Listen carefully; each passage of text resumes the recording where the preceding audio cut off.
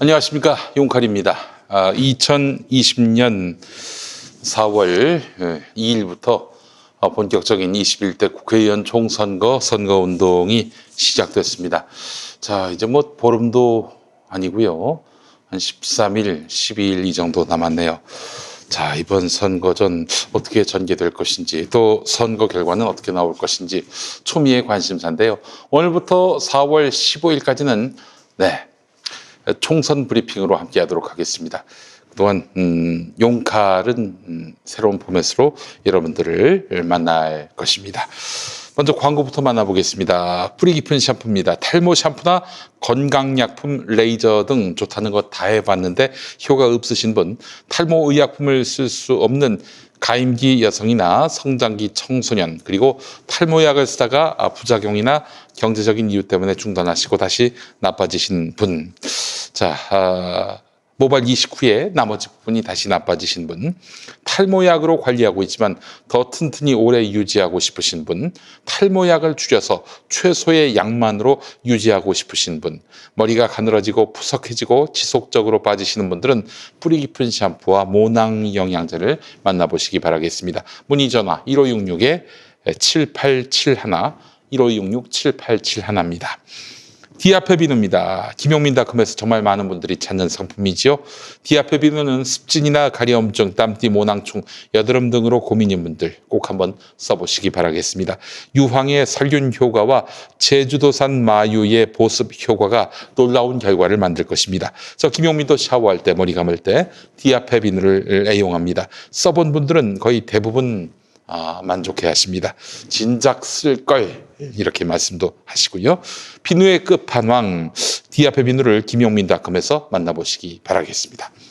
자, 용칼 이번 총선 기간까지 이 총선 브리핑으로 함께 한다고 말씀드렸죠. 자, 지금 이번 총선의 가장 큰 관전 포인트는 수도권에서 어느 당이 몇 석을 얻느냐가 아닐까 싶은데요. 자, 지난 20대 총선 결과를 보게 되면은 수도권이 총 122개 지역구인데요. 당시 민주당이 82석을 가져갔고 새누리당이 35석을 가져갔고 기타 정당 또 무소속이 5석을 가져갔습니다. 자, 구체적으로 서울, 인천, 경기 지역 세분화해서 보자면은 서울 민주당 35석, 새누리당 12석, 그리고 나머지 당 2석 이렇게 되어 있습니다. 자, 그리고 인천 같은 경우 총 13석인데 7석 더불어민주당, 4석 새누리당, 그리고 무소속 2석. 이 무소속 중에 한 석이 바로 윤상현의 지역구였죠. 그래서 윤상현은 또 돌아갔고요. 경기도 같은 경우 보겠습니다. 총 60석인데 더불어민주당 40석, 경기도 19석, 그리고 한 석은 정의당 심상정 의원의 지역구였겠죠. 자, 그렇게 해서 40대 19대 1위였습니다. 자, 이번에는 어떨까요? 이번 총선, 이번에는 122석이 아니라 121석입니다. 121석. 더불어민주당은 92석을 기대하고 있습니다. 이근형 더불어민주당 전략기획위원장은 여론조사가 곧 판세는 아니지만은 과반 의석은 어려워도 문재인 정부의 안정적 운영을 위해서 150석 의석 확보가 목표다. 그러기 위해서는 민주당이 수도권에서 90석은 해야 됩니다. 여러분들 전국 의석만 집중하지 마시고요. 수도권 의석을 몇 석 가져가느냐. 90석 넘게 가져가면 더불어민주당이 140석, 150석도 가능하다 하겠습니다. 미래통합당 같은 경우 새누리당의 후신이죠. 그 사이에 자유한국당 한번 갔다가 미래통합당이 됐는데 이번에는 한 50석 얻기를 바란다 이렇게 얘기하고 있습니다. 민주당은 92석, 통합당은 50석. 합치면은 142석이 되겠죠. 그러나 수도권 총 의석수는 121개입니다. 그래서 대략 한 30석 정도는 지금 경합 상태다 이렇게 봐야 되지 않겠습니까? 일단 서울, 인천, 경기 지역에서 이긴 자, 인구의 절반이 모여 사는 동네 아니겠습니까? 서울, 인천, 경기가요. 절반 이상이죠. 자, 그렇기 때문에 수도권이 승부처라고 보는 것은 너무나 합당합니다. 자, 지금의 흐름은 어떠냐? 여러분, 여론조사 이런 거 그렇게 너무 신경 쓰면 안 됩니다. 여론조사가 유의미한 선거는 대선뿐이에요. 왜냐? 대선은 전국이 한 개 선거구니까요. 자, 그렇기 때문에 여론조사, 출구조사가 틀릴 일이 거의 없습니다. 그러나 총선은 다릅니다. 무려 253개 선거구 아닙니까? 잘게 쪼개서 253개인데 거기에 여론조사 결과가 다 맞을 수 있겠는가? 물론 여러분 2016년 총선보다는 훨씬 신뢰도가 높아졌어요. 왜냐? 안심번호로 여론조사를 하거든요. 그전에는 2016년에는 정당에서만 안심번호 갖고 조사를 했습니다. 안심번호가 뭔지 아십니까? 그러니까 통신사에서 그동안 2016년에는 정당에다가 그 지역구의 표본에 맞는 그런 통신사 가입자의 명부를 주는데 전화번호를 있는 그대로 주는 것이 아니라 암호화시키는 겁니다. 예를 들면 010-1000에 1000이면 이거를 암호화된 숫자로 넘겨주고 그걸 딱 누르면 그 전화번호로 가는 거예요. 010-1000-1000으로. 예, 그렇게 해서 그 지역구에 사는 연령, 성별, 직업 이런 사람들한테 이제 걸맞게 표본에 걸맞게 보낸다는 얘기죠. 그래서 신뢰도가 확 올라갈 수밖에 없는 겁니다. 그래서 지금 나오고 있는 여론조사 결과를 보고 대체로 누가 앞서는 조사가 많이 나온다 그러면 그 사람이 지금 우세라고 보는 것이 정확할 것입니다. 자, 그리고 또 하나 봐야 될 게 뭐냐면은 이번 총선 같은 지방선거 같은 지역구가 많은 그런 선거에서는요. 누가 오름세냐, 누가 내림세냐 이걸 봐야 되는 겁니다. 지금 아무리 봐도 경합 지역을 보더라도 민주당이 아무래도 우세 쪽으로 가고 있는 것만은 분명해 보입니다. 지역구 선거가 그렇습니다. 비례선거는 엎치락뒤치락 하고 있는 상황이죠. 엎치락뒤치락이보다는 미래한국당은 그대로 있지만은 더불어 시민당은 조금 내려가고 열린민주당은 조금 올라가는 이런 추이 아니겠어요? 대체로 조사들이 다 그렇습니다. 자, 이런 조사 결과를 보게 되면은 지역구에서 더불어민주당이 좋은 성적을 거두게 되고 비례대표에서는 열린민주당이 상당히 탄력을 받고 있는 흐름이다. 그리고 미래통합당은 지역구가 점점 하향세거든요. 또 그리고 미래한국당은 제자리고 그래서 지금 단계에서 미래통합당은 비상 상황이다라고 말하는 것이 정확할 것 같습니다. 자, 그래요. 여러분 관전 포인트 전체 몇 석을 얻느냐도 중요하지만 수도권에서 민주당이 90석을 넘느냐 90석을 넘지 못하느냐 이것도 관심사라 하겠습니다. 자, 그리고 또 하나 지금 선거에서 관전 포인트가 재외국민 21대 총선 투표 열기입니다. 일단은 지금 전국 86개 재외 공간의 재외선거 사무가 중단되기로 했죠. 이런 가운데 일본과 중국, 아시아 그리고 호주에서 21대 국회의원 선거 재외국민 투표가 시작됐습니다. 자, 잘못하면은 이거 투표를 못할 것 같다라고 하니까 일본에서 도쿄, 오사카, 고베, 나고야 등 10개 지역에 설치된 투표소에 이 일본에 사는 우리 국민들이 줄지어서 1m 간격으로 줄지어서 이렇게 투표를 했다고 합니다. 지난 2016년 때는 첫날 2016년 때는 335명이었습니다. 2012년 때는 371명이었고요. 도쿄 같은 경우가 그렇습니다. 그리고 이번 2020년은 471명. 첫날 투표가 그랬어요. 폭증했다고 봐야 되겠죠? 예, 300명대에서 400명대로 훌쩍 뛰었다는 얘기입니다. 자, 이게 뭘 의미하겠습니까? 지금 해외에 사시는 분들은 몸은 해외에 있지만은 이런 국내 뉴스에 밝으신 분들이에요. 어찌 보면 이분들이 더 밝을 수도 있어요. 우리야 국내 뉴스니까 소비해도 그만, 소비 안 해도 그만이겠지만 조국의 정치 현실에 대해서 재외국민들, 특히 젊은 재외국민들이 많거든요. 그분들이 눈을 부릅뜨고 지켜보고 있다는 이야기 아니겠습니까? 지금 다른 나라에 있는 국민들, 예, 우리 국민들도 지금 재외선거가 중지될 상황에 놓이니까 강력하게 항의하면서 어떻게든 투표하고 싶다라는 그런 의사를 밝히고 있고, 또 게시판에 그런 아쉬움을 표하는 그런 유권자들의 목소리가 쏟아지고 있습니다. 뭘 의미하겠습니까? 이번 선거, 이번 총선에서 누가 투표장에 더 많이 나오겠는가? 어느 당 지지자가 더 많이 투표장에 나오겠는가? 네, 이 흐름이 읽혀지지 않으십니까? 제가 어느 당이라고 얘기하진 않겠습니다. 그러나 이길 것 같다라고 판단되면은 밴드웨건 효과라고 하죠. 그래서 이길 것 같은 정당의 지지자들이 투표장에 달려 나오게 돼 있습니다. 이 흐름을 보면은 현재 어느 당이 긴장해야 되고 어느 당이 반색해야 할지 그림이 나오지 않습니까, 여러분? 이슈 또 하나 더 짚어보도록 하겠습니다. 채널 A와 검찰 녹취록에 여권 일제히 윤석열 때리기. 네. 여러분, 어제 MBC가 추가 보도를 했습니다만은 MBC가 폭로를 했죠. 채널 A 기자가 신라젠의 대주주였던 이철 씨와 접촉을 해가지고 유시민의 비위를 알려주면 당신 가족에 대한 수사가 무마될 수 있다. 나한테 협조하라. 이런 식으로 협박을 한 사실이 드러났습니다. 이와 관련해서 채널A 기자가 그 이철 씨에게 보냈던 편지도 드러났고요, 어제.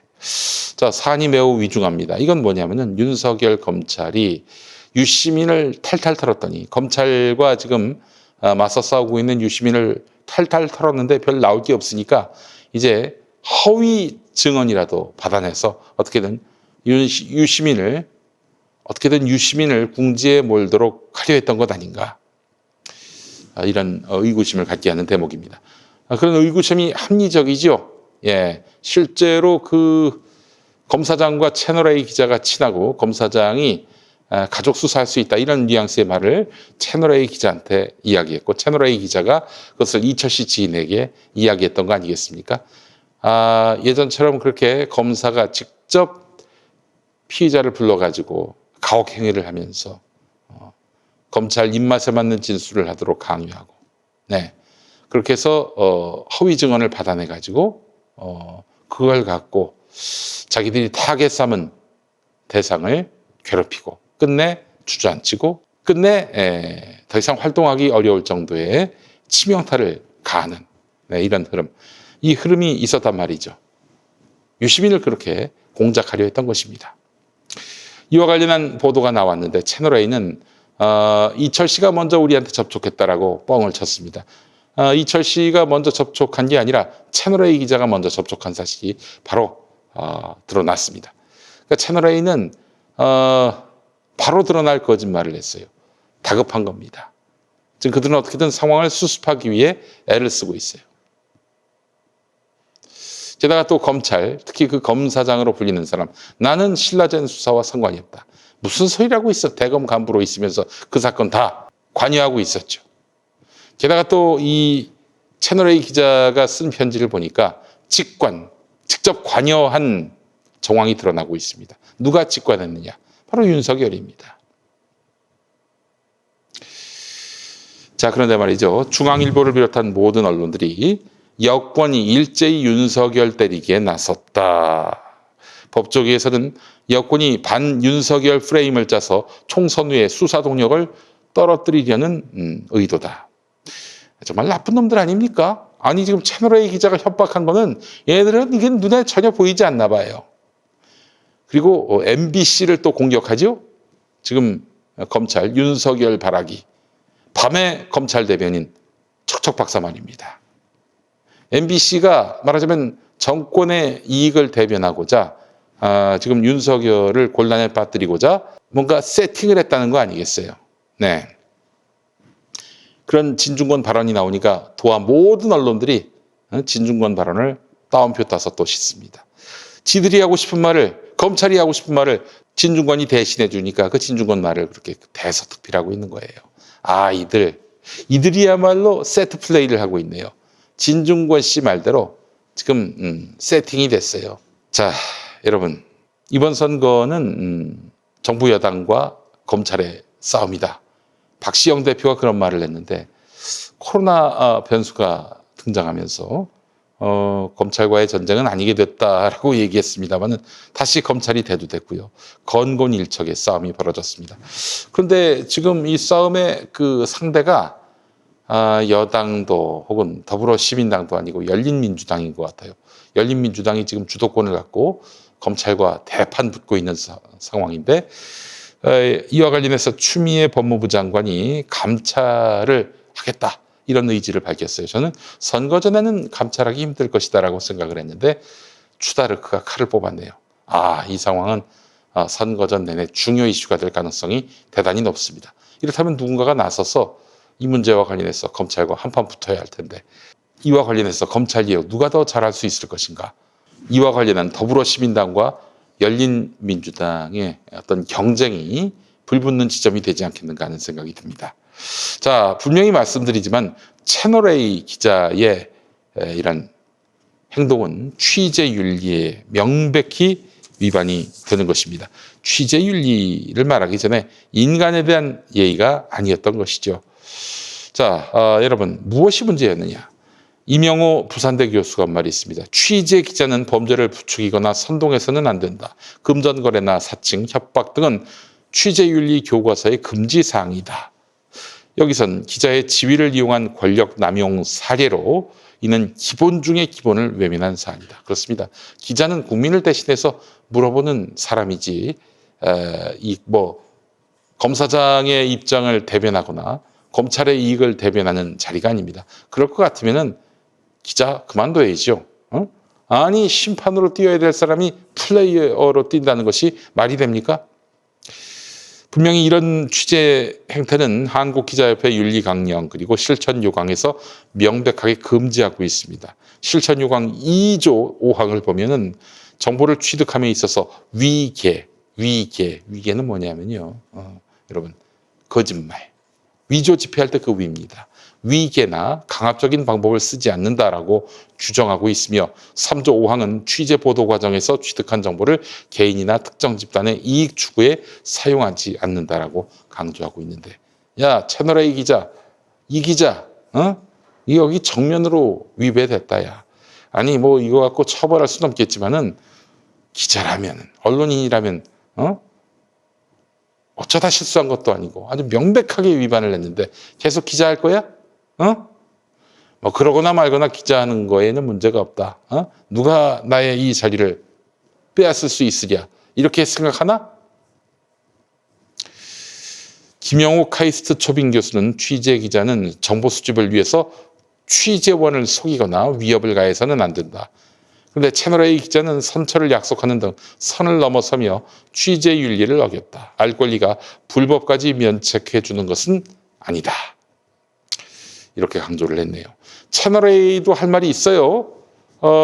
취재원과 채널A 기자가 만나는 장면을 몰래 카메라로 촬영하고 이 취재원으로부터 기자와의 대화를 몰래 녹음한 내용을 제공받아 보도한 MBC가 취재윤리에 어긋나는 게 아닌지 묻고 싶다. 야 채널A 탈탈 털어서 니네는 이렇게 보도 안 했는지 한번 돌아봐라. 보도했지만 문제가 아니잖아. 니들도 잘 알듯이. 이게 무슨 MBC가 취재윤리를 위반한 겁니까? 김동찬 언론개혁시민연대 사무처장이 한 말대로 전형적인 꼬리 자르기와 물타기일 뿐입니다. 채널A 기자의 부당한 취재 방식을 보도한 것 아니겠습니까? 공익성이 있으면 당연히 사생활 침해가 아닌 것입니다. 네. 근데 너희들의 그 취재를 빙자한 검사장의 메시지를 전달하는 또 피의자를 압박하는 행태는 도대체 어떤 저널리즘의 맥락이 있는 거니? 너희들 한번 얘기 좀 해봐라. 네, 이 사안은 정말 중요한 총선 이슈가 될 것 같습니다. 검찰 개혁 누가 할 것인가? 어떻게 하면 잘할 수 있을 것인가? 이에 대한 답을 갖는 세력이 이번 총선에서 웃을 것이다. 이렇게 말씀을 드리겠습니다. 자, 총선 브리핑 가볍게 살펴봤습니다. 고맙습니다. 김